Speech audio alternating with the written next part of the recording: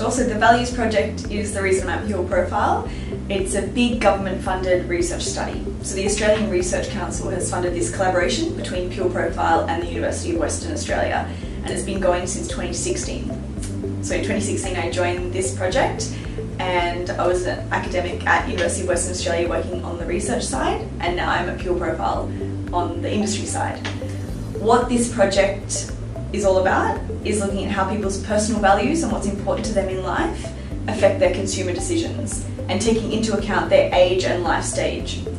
Now, there has been research on values and consumer behaviour before, but generally it's a snapshot in time. So we collect one sample, it's a cross-sectional study, and therefore we can't really look at change over time. So what this study enables is we having 3 yearly data collections across people from 18 to 75, and we have 7,000 Australians in this study.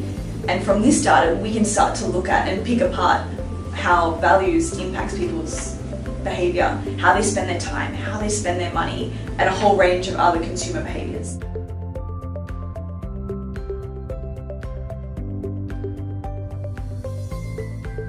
From my perspective, our industry is really good at sourcing, collecting, storing big data.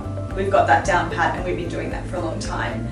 Where the gap is though, is then analysing and interpreting this data and then applying that knowledge from the big data to make practical decisions. This is where we can learn from the tech industry. They're already doing this really well, using automation and artificial intelligence to comb through these massive data sets from multiple sources in order to analyse and interpret that data.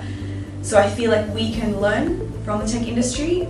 My predictions is that we'll move beyond just this kind of collecting and storing it, and of course we analyse it, but often in smaller bits. We take a bit from this source or a little bit here and there, but we need to utilise the tech that we have.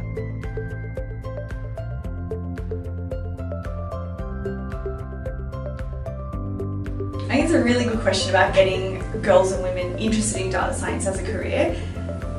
The education opportunities have changed dramatically over time. So when we look at primary school education now, kids are interacting with technology, of course, all day, every day, and they're learning to code from a young age. So I think now it's not so much about having gender stereotyped professions. So girls and boys, men and women are choosing the things that they're just inherently interested in, and not because they're a girl or boy. So I think now gender is playing less of a role in, forcing people to choose a certain career.